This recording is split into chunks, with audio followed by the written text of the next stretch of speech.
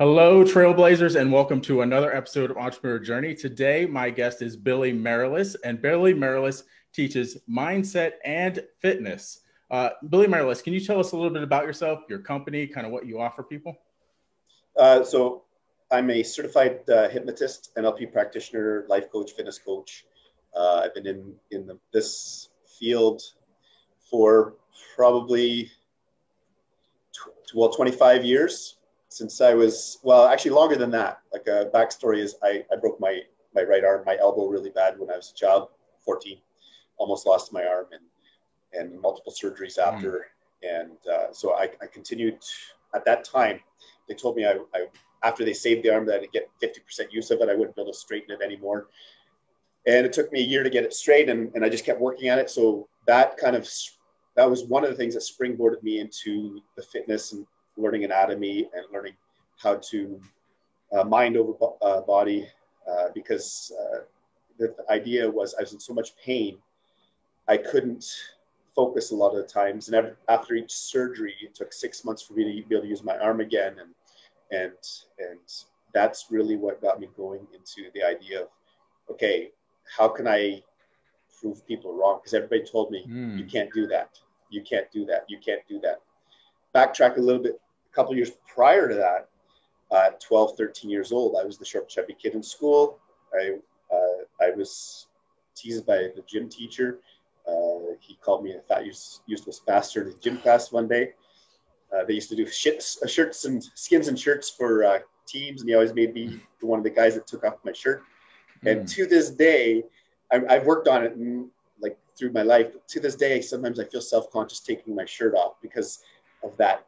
You know, it's like so deep in there. I continue to work on it. That's where hypnosis came in and got me really to open up, those I guess childhood traumas and insecurities and work through. And then they're constantly working. So that's where everything that I've trained for myself was to learn how to be the best I can within the situation I have, mentally and physically. You know, I've also have asthma, and I was also allergic to everything. I grew up on a farm. I was allergic to everything on the farm, so I was sick a lot. And it was just constantly figuring, okay, how can I make myself healthy? You know, and unfortunately, I developed an eating disorder due to those issues, binge eating disorder, and that created a lot of issues. And then, you know, I was always an entrepreneur, always either worked for myself or was in a management position because I like to have the freedom of schedule and flexibility and basically everything that I've gone through in life, from the childhood issues to the health issues to, you know, even I was nominated Entrepreneur of the Year by the Business Development Bank of Canada for my fitness studio, my personal training studio. Then I purchased somebody else's business, and 2.5 months later, I lost everything. It was just a bad business decision, so I went bankrupt. And then at that time too, I was married, had my wife and 3 kids at the time, my son and twin girls. They were only a year apart as well. And then, fast forward a little bit, we had another daughter, and I decided I'm going to open up another business. I'll go into welding because I used to love welding at school on the farm. And I opened up a business, got a grant and a loan, got everything started. I did mobile welding for farmers, and plus I had a CNC table for doing metal art. And then 6 months after I got opened, I had another surgery. I had to shut all that down because my specialist said I was still doing fitness training on the side too. Wow. Which was always my side thing, fitness and health and wellness, because I needed it for me, my mental health. So shut that down, and then my wife decided that at the time, she's like, well, if there's a better option financially than I was. So left, took the kids, and I went through like almost 5.5-year custody battle through that. A lot of, from PTSD from the arm trauma to other things that happened through that. I won't get into, but through the divorce, through custody, children's services got involved because of something that was happening on the other end. And it was just a 6 years of intense mental trauma.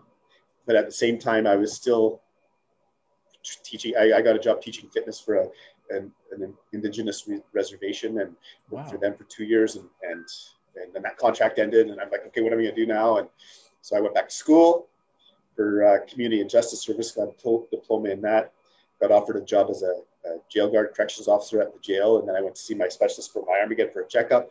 He told me, you can't do that. You can't do that job. And I'm like, why? He said, well, what if you get into a ride? What if you get into a fight? What if you get attacked? You'll lose the use of your arm.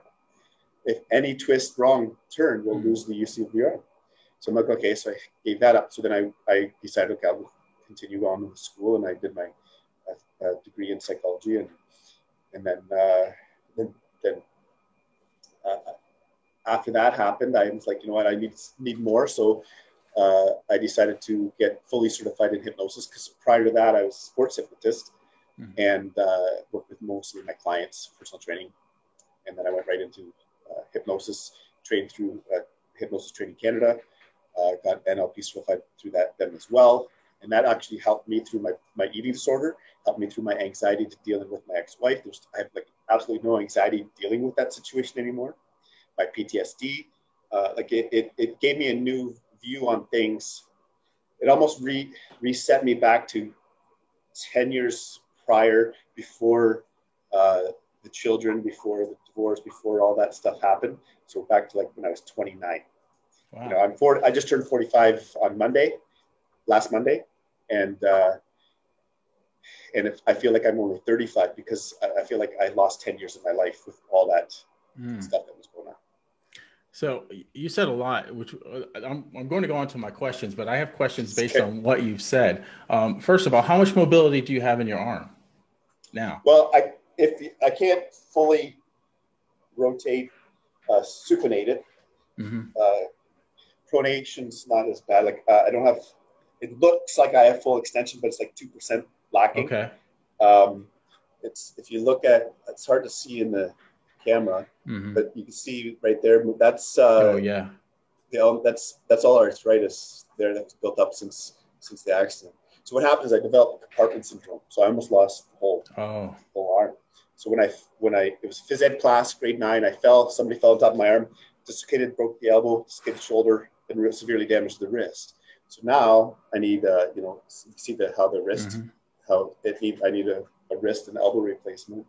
But if they do any of the surgeries that he suggests going forward, then I lose 90% use of the arm.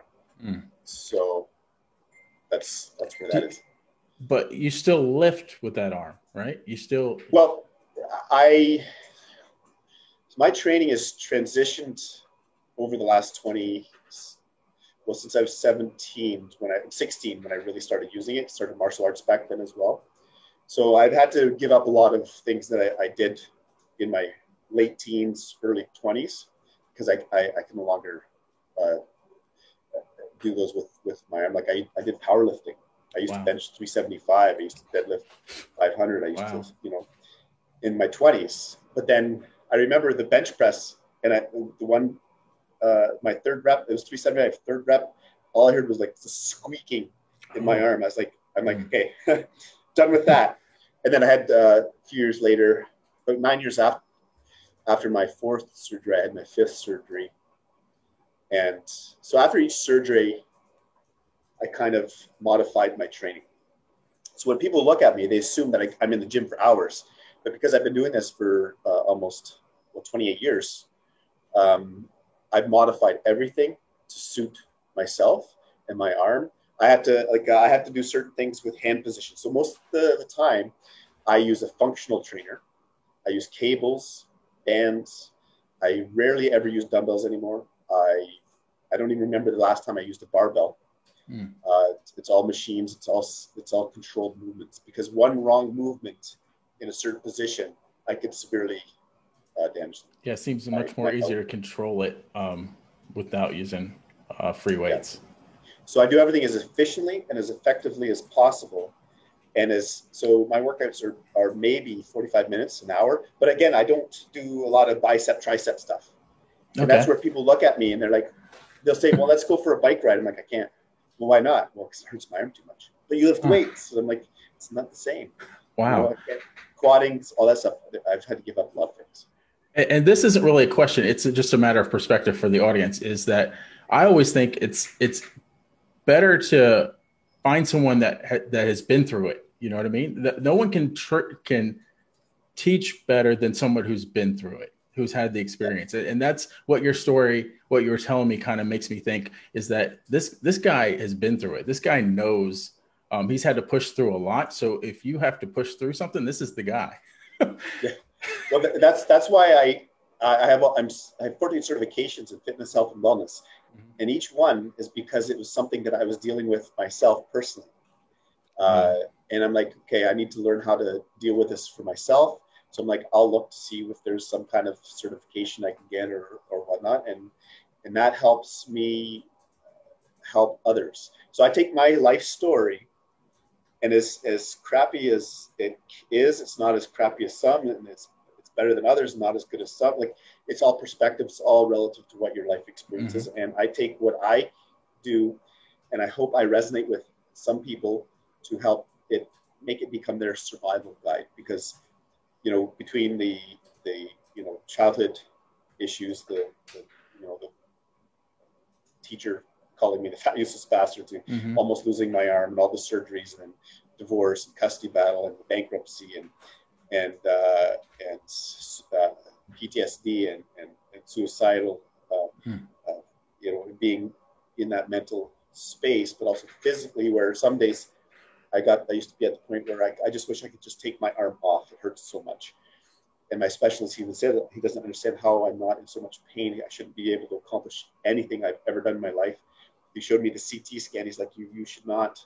He's always shrugging and always doing this. And then when he found out about my wrist, because I never talked about my wrist, never asked him to look at my wrist. And 3 years ago, he looked at my wrist, and he was shaking his head even more. He's like, because I don't understand. And he's like, you shouldn't be able to do what you do. And he always reminds me, you know, you're going to have those replaced. I'm like, yeah. So in my head, I'm like, no, I don't. Because the moment you start giving in, the moment you start feeling defeated, the moment you start feeling that, okay, I just have to accept the fact that I'm broken. Mm-hmm. You know, essentially that's what some of these specialists say. And it's like, that's when things actually start breaking down. Mm-hmm. If you can change the narrative but you still have to be safe about it. You still have to be cautious. You still have to be, you know, smart about it. It's not like I'm going out, like I did all kinds of martial arts and everything, but I stopped doing a lot because the more I did it, the more damage I was doing to myself. And I had to, you know, realize that. And I still love doing certain things. Like I used to be able to do chair splits. Everything Van Damme did, I did. Oh, wow. The movies, I did on the farm. I'm like, I was tying myself to ropes. I was doing all that crap. And, but again, if you put your mind to it, you can accomplish it. And that's where, for me, I have major ups and downs, because some days I'm like, I'm tired. Mm-hmm. I'm 45 and I've been through the ringer, and I'm tired. But I have 4 children, and that keeps me going. Yeah. So, yeah. Awesome. So now we've already got so much, gotten to know you so well, but I have some more getting to know you questions. We're actually going to start the questions that I had. So this is okay. Awesome. I know you live in Ontario. So what is your favorite thing about Ontario? I love summer in Ontario. I'm not a fan of winter. Okay. The cold is not good for my arm. But summertime, like I live in Northern Ontario, mm-hmm. and I'm from a place called Manitoulin Island, which that's where I grew up on the farm. And my parents still live there. They live by the lake now. They sold the farm 15 years ago. So that is my favorite part, is the landscape, the lakes, the nature, just you know, peaceful, quiet, and the people are generally very how do I put that? Like, where on Manitoulin Island, it's so easygoing. Right? Mm-hmm. Everything, they call it when you get there, you're on island time. Things are a little slower. Nobody's in a hurry. It's just like, you know, it's kind of like Jamaica North. Well, I guess, yeah, you could call it that. You know, because I always hear island time when referring to Jamaica or somewhere like that. Yeah. So summertime, Northern Ontario is like, if you were to vacation anywhere, it's beautiful. Lakes, trees, trails. You know, even on Manitoulin, we have a nice little place called Bridalveil Falls, which is beautiful falls, sand beach place called Providence Bay. I'm from a place called Gore Bay. They have a great marina. Manitoulin Islands is amazing. That my primary thing about traveling, a lot of people like the city and all, like going to, I want to be where I can see just majestic nature, like, wow. Like, if you ever get a chance, go to Manitoulin Island. Okay. We've been to Colorado, and I live now in South Carolina. We have mountains here, like we're not that far from Tennessee. But if you compare the mountains over here to the mountains in Colorado, it's a different ball game. And I loved Colorado. Once again, I wouldn't want to live there in the wintertime, but beautiful in the summer. Yeah. Yeah. I've been to Colorado. Yeah. Oregon's also nice. Been to Oregon as well. So next question is, how many days do you spend in the gym? Well, in the last year and a half, 2 years, the gyms have been pretty much closed here in Ontario. They're opening up on Friday. Actually. Okay. But like I said, I have a functional trainer that I bought at the beginning of the lockdown. So I train at home 4 days a week for about 45 minutes to an hour. But when I go to the gym, again, it's like I'll train Monday to Friday or I'll 5 days a week max. My rest days are Sundays. I don't really do much. I'm a big TV movie fan, especially superheroes. Mm-hmm. So I spend a lot of time geeking out, like as I say, on those. But 5 days a week for max an hour. Unless I do cardio afterwards, then it's an hour and a half with the changing and getting ready to leave. Nice. And follow-up question to that, since you mentioned superheroes, because I love superhero movies myself. What is your favorite superhero movie? Well, it would have to be the original. Well, not the original. It'd have to be the Christopher Reeve Superman. Really? Okay. I was wondering if you're going to go the Superman route. For me, I really like the Dark Knight, the Batman with what was his name? Christian Bale. Yes. Yeah. I love that series as well. But my first experience watching a superhero movie was a child watching Superman.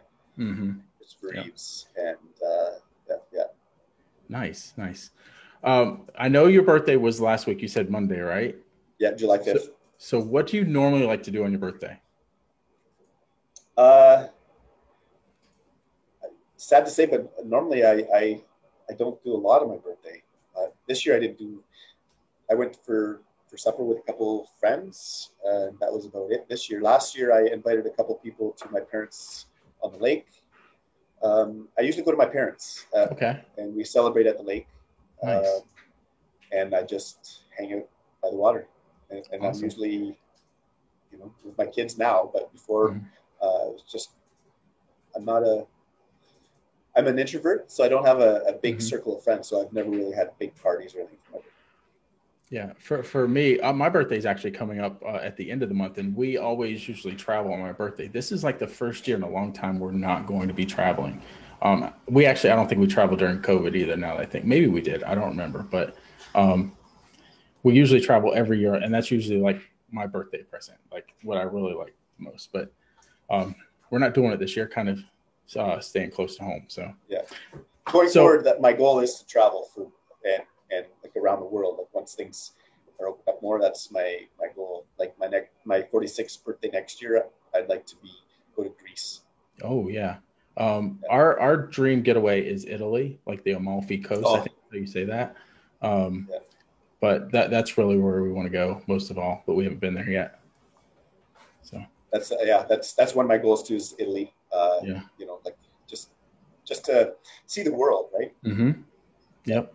And I don't like when we travel. I don't mind that we go down these rabbit trails. When we travel, I don't want to hit all the tourist destinations. I want to know where the locals go. I want to really experience and dive into the culture, and not so much, I'm just here hanging out with all the other tourists.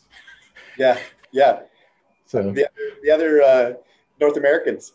Right. Exactly. Yeah. I want to go have a conversation with a real Italian person. Yeah. Not somebody from Detroit. Yeah, exactly. Experiencing something different from another American's point of view. Right. Exactly. Yeah. Yep. Yeah. So let's talk a little bit about your entrepreneur journey in itself. How did you get started as an entrepreneur? Um, well, Actually, the that wasn't the first, question. We can ask that question, but I kind of rephrased the question. What did you do before you started your entrepreneur journey? I think you answered well, this a little bit.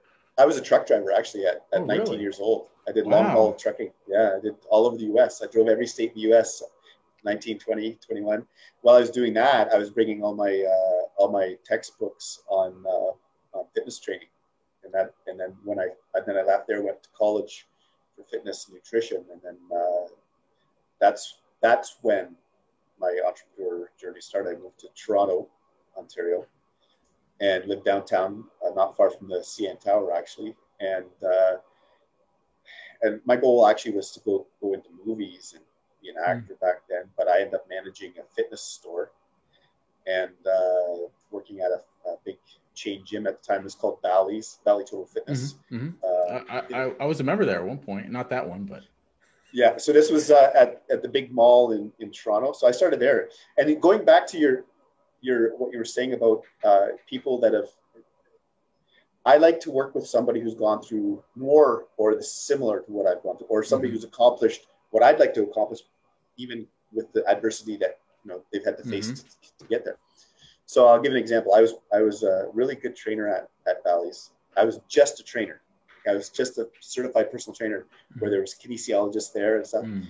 But I was always sought after by. I had a lot of clients. I was always like did very very well. And I remember one of the kinesiologists making a comment saying they didn't understand how I was doing better than them because they're a kinesiologist. And I said to them, I said, have you ever not been an athlete? And they're like, no. I'm like, have you ever been overweight? I'm like, no. Have you ever like had a severe injury? No. Have you ever just I made some points about what I went through. Have you ever do you have asthma? No. Do you have any health issues? No. Like that's why, because you're also talking to the person like a piece of biomechanics, like anatomy. You're describing everything not in layman's terms. You're using all technical terms, and you're being so scientific about it that they don't understand what you're saying. They're just going to nod and be like, yeah, yeah, and they're not going to get the results because they're not going to. You can't explain it to them the way they learn. Mm-hmm. So if I explain an exercise to somebody, I can tell that they're not understanding what I'm saying. So I'll explain it a different way. I'll keep explaining it until they get it. And because I'm more relatable, Mm-hmm. I think that was why I did better than some of the other trainers. And in any position, if you haven't experienced what the client has or something similar, then it's hard to understand what they're going through. So I've seen trainers get frustrated with clients because they're like, they just don't get it. They just don't understand. They just don't. I'm like, but you don't understand them. You don't Mm-hmm. understand. You're not putting yourself in their shoes. You're not being empathetic about it. You're judging them because they're not understanding you, where it should be the other way around. Mm-hmm. You should be understanding them to be able to help them versus them understanding you so that you can help them. Great point. I think I already know the answer to this one, but what is the hardest thing about being an entrepreneur? Being motivated to keep going, Mm-hmm. to for me, the hardest thing being an entrepreneur is my extended family understanding. Mm-hmm. That's the hardest part because I my whole life, when are you going to get a real job? Yeah. When are you going to get a real job? Even as a trainer, they didn't look at as personal training 20 years ago as a real job. And they like, well, when are you going to like actually have a career? I'm like, this is my career right now. I'm doing what I want to do and whatnot. And I get some flack for it. And you That's can the have hardest part. your job with your limits, and I'm going to stay over here. And my only limit is my own motivation and what I want to do. So yeah, I'm right with you.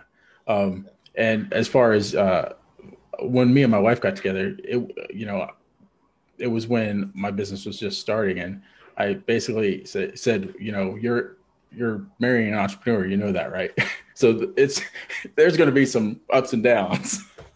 Well, another sad thing about being an entrepreneur is I've lost my relationships because I've been married once and engaged twice, and because of the ups and downs, it at first they're excited about it because they see the potential of where it could be and where I have been. I've been, like I said, entrepreneur of the year, and I have been made, great monthly income, and then for me it's like a surgery happened or a divorce happened, a custody happened, and this happened, and this happened. It's like, so it's up and down, up and down. So no matter what, like if I had just a regular job, I get depressed because when I'm like, okay, I'm going to do what my family says. They think they know me best, so I'll do what they want me to do. And I start doing it, and then I get depressed, severely depressed. Yeah. I think about, though, what you said about the ups and downs, but at the same time, though, if those same things happened to you when you had a job, it's not that much. It's actually worse. You have to go find another job because not necessarily they're going to keep you, while you're going.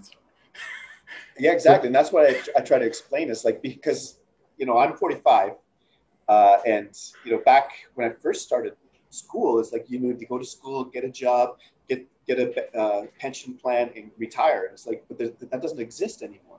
Right. It doesn't exist. That's right. There's no such thing as job security. It's the moment you can't do the job, they'll replace you the next day. That's why I'm like, when people get so stressed out about their jobs as a life coach, I'm like, well, then what do you want to do? Well, I want to do this. Then I'm like, well, then do it. Well, I'm like, so then stay doing what you're doing. I don't want to. Then do this. Well, that's really hard. I'm like, then stay doing what you're doing. But I don't want to, Yeah. What's your priority? Is it the security or is it what you really want to do? But that's not even security. It's not even real security. Right. That's true. It's perceived security. Yeah, exactly. Security. Yep. Right. Yep. And I'm like, I don't have a lot of money. I do okay. I've had, like, through the custody and divorce and whatnot, unfortunately had to have family help me financially because I was depressed, so depressed where I even not even that long ago, like 8 months ago, I was ready to I was done. I was like, you know what? I'm 44, had a lot of life experiences. My kids will be fine. I'm done. I'm tired. I'm over. It's time for me to go, move on, and hope I don't come back to another life, and that's not a good place to be. No. And when nobody understands that, like I did bring it up to one person, and they said, well, that's selfish. What about your friends and family? Like, what about? I'm like, yeah, but what about me right now? You're being selfish, only thinking about how you're going to feel if I go through with it. What about me right now? I'm thinking about doing this, but all you're telling me is I'm selfish because of how you're going to feel if I do it. So what about me? Who's there for me? And then I think more men need to be able to speak about it, because I'm like, you know what, that's again part of my life coaching, part of my survival guide is I essentially killed myself 60 times in 60 days from setup and post of how it would look like after. Wow. And then one day I woke up almost like it was like I had near-death experience. I woke up and like, boom, those thoughts were gone, those feelings were gone. It was like I just had I don't know. Like, you flipped a switch, sort of thing. Yeah, it was kind of like a near-death experience in a way, because I had died essentially in my brain 60 or more times in that time. Wow. What do you? So it's hard to move on to the next question. That's so sinking into my head. What do you know now that you wish you knew when you started? Okay, my biggest thing is in the beginning, I never told anybody what I was doing till I had done it, till it was almost complete or completed. Because the moment you tell somebody what you're doing, when you start thinking, oh, this is what I want to do, and you start telling people you're excited about it, they're going to tell you how hard it is. They're going to tell you how that's challenging, that's difficult. Like, how do you know you're going to make it? Maybe you should really think about this, think about your family, think about your kids, think about this, think about that. and then, but these people have never, these are people in the stands. They never actually been in the arena of any sort in their lives ever. Right. But they're giving you advice. So my advice is never listen to those people unless they're actually in the arena with you doing, essentially being an entrepreneur with you, or they're pursuing their life goals. It's like getting, I don't know, financial advice from the bum on the street. Not that, but actually, I can't say that because I've worked in a shelter, and there are some of these guys who were brilliant. They just chose to live off the grid and live off this. It's like I can't even use that anymore. That was one of my sayings. And sometimes you don't know the story. Like somebody could have been really wealthy, and then something tragic happened, and then they end up in that position. So you can't always judge a book by its cover, right? No, and I learned that working at the shelter. Trust me. Yeah. There's two of them, and they're so well read and brilliant. And it's like, man, and I learned so much from those two guys. I learned a lot from the younger guys who were very entitled and as well, of how I don't ever want to see anybody. So another quote that I love by Dr. Wayne Dyer is, if you change the way you look at things, what you look at changes. Right. So then I heard this I'm not sure if it's Dr. Jordan Peterson, or I'm not sure who said it. There's probably one of those brilliant minds. It was, what is enough? Like, what is enough to you? If a billionaire never has enough, he'll never be happy. Even though he has everything, he'll never be happy because enough is not enough. So if to you enough is making $45,000 a year and living the life that you're living, if that's enough for you, then that's perfect. That's exactly where you should be, because that's enough. So anything above that is extra, is more, is excitement, or not excitement, but more. Like it's. I like to practice daily gratitude too. Waking up every day and being grateful for just where I am. Because I could be in a much worse position than where I am, or things can always be better, unless you're Jeff Bezos, I guess. Things can always be. Well, but that's the thing, is like, who is he really? What's in his mind? How, like, nobody, like, right. People judge these billionaires, and they're like, they have all this money in the world, but you don't know if they're happy. You don't know what their lives are like. You don't know anything about these people. And I'm the last one. Like, for me, it's like, I get frustrated when people judge.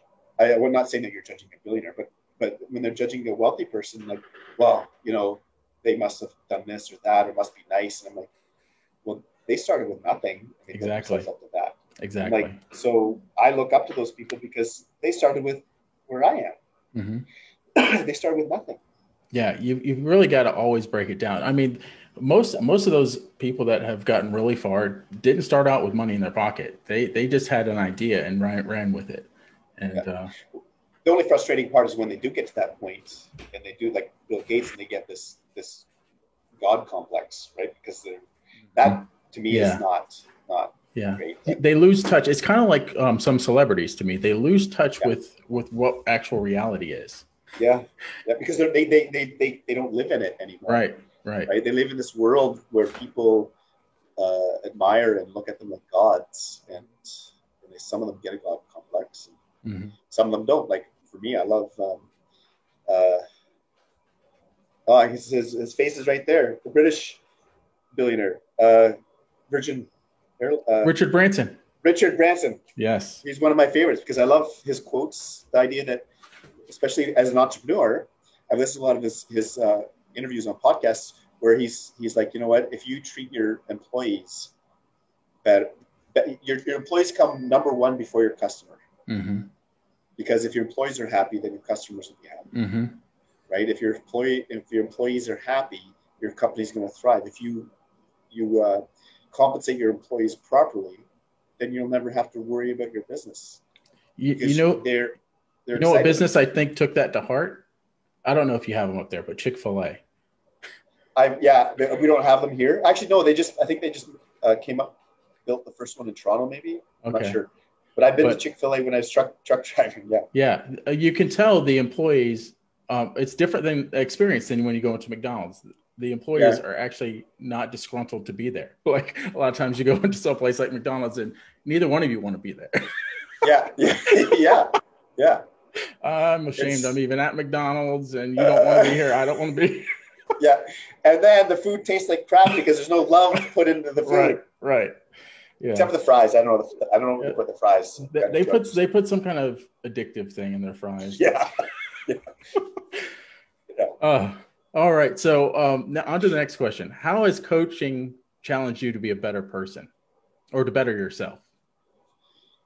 Coaching is, like I said, all the certifications I've chosen to help better myself. If I have an issue, guaranteed somebody else has an issue similar or close to what I'm dealing with. So why not continue to educate myself and try to continually learn?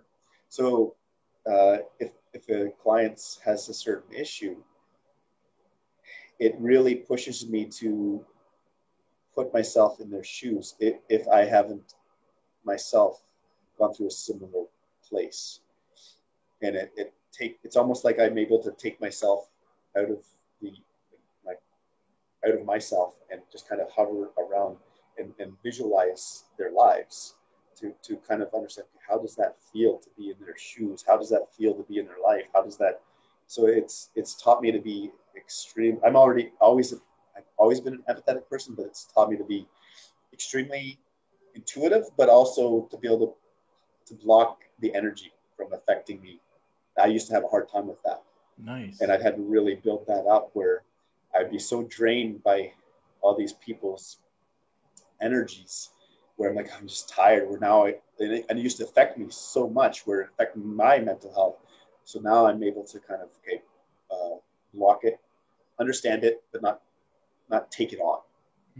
So that's what coaching through the years has really taught me, to not take on other people's energy, but be able to help them through their energy. Nice. And this next question is fitness related, and it's kind of personal for me because I like to use the weights. I used to be heavy cardio, but now I rarely do cardio. So just on your opinion, or your knowledge rather, what is the best ratio of cardio to weight training? So I'll just go with my personal experience because I don't do a lot of cardio. Okay. I do a lot of different types of resistance training, whether it's I change up the rep range, I change up the speed, I change up the time under tension. I consciously visualize. It's like Arnold Schwarzenegger back in Pumping Iron, where he's talking. You feel it. You got to feel it, and you've got to focus, and you feel it in your body. And I find that is extremely effective. So the cardio wise, for me, if I do weights for 45 minutes to an hour, I'll do 20 minutes of cardio afterwards. I never do it before because you use up up your main energy sources prior to the weights. So for me, it's always afterwards if I do it at all. If I do I love doing hiking or just walking, just a quick walk for half an hour, and I listen to different podcasts while I walk. Or if I'm at the gym, it's the treadmill or the elliptical or the Stairmaster. But 20 minutes is all I do. But I try to be as efficient as possible. But it also depends on what your goals are. Like if you're training to compete and you need to lose that extra amount of body fat and whatnot, then you have to do more. Yeah. But it all depends on what your goals are. But if your goal is to lose body fat, resistance training, in my opinion, is way superior than cardiovascular training. And the reason I bring that up is because when I started my fitness journey probably about a year and a half ago, and when I started it, I weighed 220 pounds. And I was overweight, but now I weigh the same. I work out all the time, but I weigh exactly the same. My weight has not changed. I'm a lot slimmer and toned, but my weight has not changed. So I know if I probably done cardio, my weight probably would have came down. I would have probably lost some of the muscle that I put on, right? Yeah, I don't know. Well, the thing is, the weight doesn't matter. The scale doesn't matter. I weighed Mhm. 200. Well, I weighed myself on the weekend after having cheesecake for my birthday. I was 228 pounds. 228 pounds. Mhm. Uh, but I can still see most of my abs. I'd like to be. Weight doesn't matter. It's clothing, how you feel. When somebody, if you say you take two versions of you Mhm. before you started your journey, and one person only did cardio training, and one person and you did mix of cardio and resistance training, but mostly resistance training. The person that did the cardio training is just going to look like a smaller version of themselves. The shape's going to be the same, but if you take the person that did resistance training, they're going to have the more shape. They're going to have the smaller waist, the wider shoulders, the bigger leg. They're going to have a shape to them. The person that did cardio might be lower on the scale, and the person on the resistance will have more muscle mass, so the scale may not move at all. If anything, it could just drop maybe 5 pounds or nothing at all. And also, as you age, like I'm 45, after the age of 30, you lose like half a pound of muscle mass a year, which equates to a lower metabolism, which equates to if you don't do any resistance training, then your range of motion changes, your joint mobility changes, your joint, have more joint issues, you have more back issue. You just basically you see the old men where they're kind of hunched over and they Mhm. can't move very well and they have those big bellies and they're really tiny.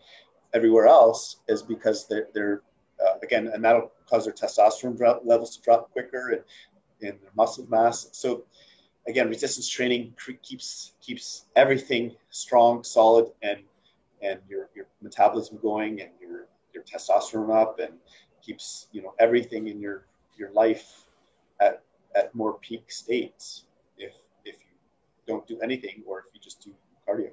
Or if you take a look at a sprinter Mhm. and a marathon runner, physically, the difference is night and day. Like if you take a sprinter, they look like fitness competitors. They're all muscle, low body fat, powerful, right? Then you take a marathon runner, which not all of them, but majority of them are just skinny fat. Essentially, they have the ratio of body fat to muscle mass is completely different than a sprinter who has Hmm. low body fat, high muscle mass.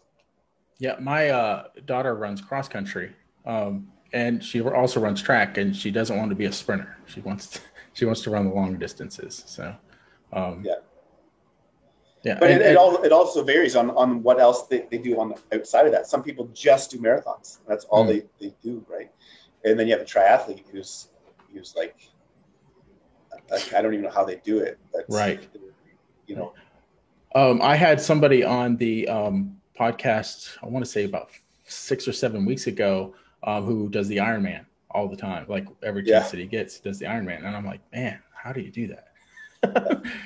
But yeah, and you brought up another point. So if you're a man past the age of 30, you better make sure that you're working out like as often as you can, right? Otherwise, you're going to end up just like the person that you described when you yeah. get older. Well, even I know guys in their late 30s, 40s who have uh, high stress, which Mm. causes more like your hormones to change, cortisol levels to increase and increase the belly area, and then that also affects your libido and affects all of that, and that can affect your relationships. It just it's like a spiral if you don't take care of yourself. So again, I'm 45. I don't feel 45. I feel 35 at the most. And Eh, yeah. why wouldn't you want to feel that way? Yeah, and I have to that resonates with me too because a year and a half ago, I'm 47. I'll be 47 in a couple weeks. And a year and a half ago, I would say I felt my age. I felt like I was Yeah, 45. But after I started my fitness journey, I feel like I've gone back 5, 10 years. Um, yeah. and it's just amazing. So, Well, there's a point a few years ago, I guess 6 years ago now, where I was 265 pounds, and I was so just depressed, and I wasn't training. I gave into my eating disorder at the time. I was going through the just finished the custody stuff. Broke up with my fiance at the time of 3 years, and I was just I couldn't function. Then all of a sudden, you know what? I need to do it. I need to change. I need to get back to myself. And I just made the determination to get in the best shape of my life in my 40s. Nice. And I've been kind of, at 44, I was the same shape. I think I was in better shape than I was at 24. At 44. And it's all because you had a more determined mindset, would you say, around it? I had a very determined mindset. I also, that was, I actually, that was when I was broken up with my second fiance, and then COVID happened. I'm like, you know what? I'm not gonna let this lockdown affect me. I'm gonna, get mentally and physically in good shape. So that last summer that's what I did. So that is a good pivot to my next question, because I know you help people with their mindset. So how do you help others change their mindset in order to live the best life that they can? I don't help people change their mindset. Okay. Because I don't like saying I'm changing somebody, because they're already perfect the way they are. They just need to make adjustments to the way they think. If that makes sense. I've never really actually put this into thought, or into words. So it's more about rephrasing their stories. Like if they tell you, they'll tell me something, and the words they use, words resonate, especially, as NLP practitioner, linguistic words is huge. So if somebody's always saying how hard something is, then I try to get them to change it to more challenging, or more, it's not difficult, but challenging, because challenging gives you strength. It builds your character, builds strength. When it's hard, it's just hard. It's just like a rock wall you're stuck against. So it's about kind of putting things in perspective. Some people don't even know why they do what they do. So I try to listen to their story to figure out what started that. Right? Like I know where my story started as a child, especially when that teacher called me a fat useless bastard. That really stuck with me, right? So you try to figure out, okay, what happens in life for them to continue to believe their belief? Because all beliefs are just thoughts you've repeated to yourself till you believe it. They're not concrete. You can change a belief. It takes time to change it, because it's so instilled. And sometimes people feel if they change their belief, they change who they are. That's not who they are anymore. And sometimes you need to change who you are to become who you want to be. So one real quick thing is, I always say, figure out what you want to do and become the person that accomplishes that. And if you don't know what that is, then you have to decide, okay, what does the person that has this, what do they have to do? Who are they? What do they like? How do they eat, sleep, breathe? Then you be that person. No law in the universe states you have to be the same person today as you were yesterday, or the same person next year as you were this year. Right? You get to choose who you want to be every day you wake up. Yeah, I love that perspective. That is so good. That I think of, whenever I'm doing anything, I was like, what would me 5 years from now? What would that person be doing, applying right now? And that helps you progress forward, right? So. Yeah. And the biggest takeaway for me too is, and this has always been a struggle of mine, to stop caring what people think. Right. Because that's where it's like, well, when somebody says you've changed, that's not who you are. Then sometimes you start questioning yourself. Well, am I that? Am I this? Am I that? Especially if you've gone through an emotional abusive relationship, you really question stuff like that. So it's like you just decide who do you want to be, and then be that person. And the people that fall away, they fall away. You can't bring them with you if they don't want to follow. And oftentimes it's not you, it's on them. It's how they don't want to get out of their comfort zone, and they don't understand other people that are getting out of their comfort zone and just becoming somebody else. They don't understand that because that's not them. Well, so. and that is so true. When you go to out to eat with a group of people, and you order something healthy, and they say, just live your life, just enjoy yourself, just not have the right. But meanwhile, it's because they're feeling guilty eating what they want while you're trying to be healthy. It has nothing to do with you. It has everything to do with them. Yeah. And that's a challenge where it's like I've never given into peer pressure, which is amazing for things. But it's like, just know that when somebody says something to you that's hurtful, generally it's a reflection of who they are. Mm-hmm. So that what you said just is a really great pivot to my next question. So the reason many people struggle with fitness and eating healthily is motivation. So what would you tell somebody that's having trouble being motivated to change those habits? Well, the thing is, motivation is a lie. Okay. In my opinion, you can't always be motivated. Mm-hmm. You know, your feelings, like I love this quote, your feelings don't care about your goals. Right. Right. Feelings don't care about your goals. It's like, so what do you want? How bad do you want it? And for me, so I mentioned, I don't know if I mentioned this prior to the interview or in it. I do some acting. I stopped for 20 years and I got back into it. And there's a TV show, independent show that I'm doing where they changed my character a little bit and I have to do a shirtless scene. And if that was my goal last year, one of my goals, I need to get in really good shape for this, right? So that was a goal. That was like, I had this date, this filming date. I got to look good for this date. So that was good motivation, because just taking my shirt off in general was always a mental thing. And I used to do things on purpose to have to get out of the comfort zone, to do stuff like that. So another quote that I really like, I think it was, I don't know if it was my sensei years ago told me this, but motivation is like taking a bath. You have to do it every day, or you're just like, oh no, I can't remember how the quote went, but essentially, it's like if you don't shower, clean yourself every day, you get dirty. Like you have to do something every day to maintain motivation. If you're, I wish I could think of that quote, but I do get the gist of it. You have to make the decision every day. Yeah, you have to choose every morning, and when you wake up, and you have to say, this is what I'm doing today. Mm-hmm. It's not like making a New Year's resolution on January 1st, saying this is what I'm gonna do this year, and then not say it again. Not tell yourself. You have to tell yourself every day you wake up, I'm choosing to do this. This is my choice. This is my goal. You have to basically promise yourself. Mm-hmm. Promise yourself, I'm waking up today. I'm going to work out today. I'm going to eat well today. I'm going to do my best today. So when somebody says, this is from a mentor of mine.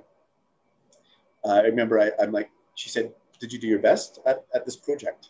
I'm like, I could have done better. She says, well, yeah, but did you do the best you could in the circumstance that you're in right now? I'm like, yeah. She goes, then you gave 100% with your ability, with what you were capable of doing right now. Mm-hmm. So that being said, giving yourself that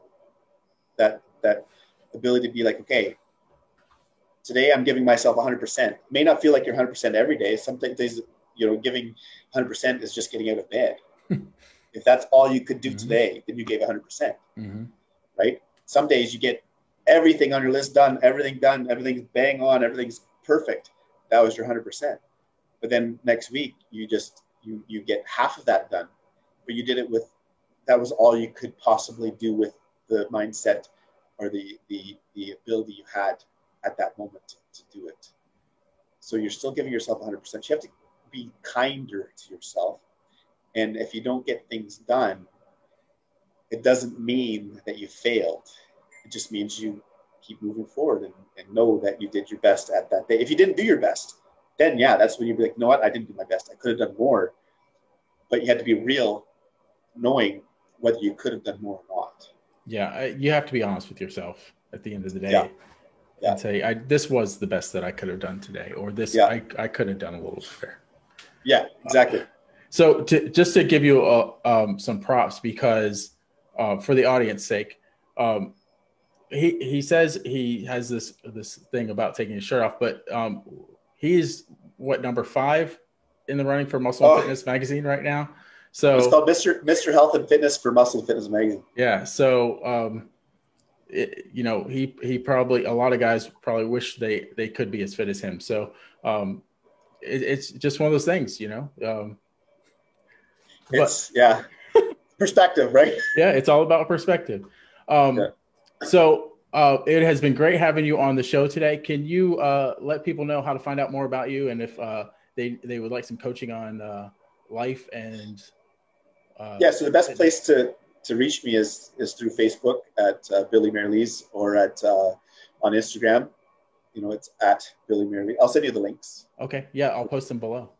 So I don't have any pages right now. I used to have some pages, but then I changed my process, so I'm transitioning more online. It used to be all one-on-one, and since the pandemic and stuff, I've been transitioning online. So it's I do a lot of things through Instagram and through just general my Facebook, and so yeah, it's Billy Merrylees, and I'll send you the links. And then you can Awesome. post them. So yes, if you'd like to get in contact with Billy, his information will be posted below in the links. If this is the podcast, just to follow the links, go on to join Entrepreneur Journey, because then the links will be underneath the video in Entrepreneur Journey. And it's a great community of entrepreneurs. I invite you to subscribe, and wherever you get your podcast, please subscribe. And we have more great interviews just like this. Thanks, Billy. Thank you.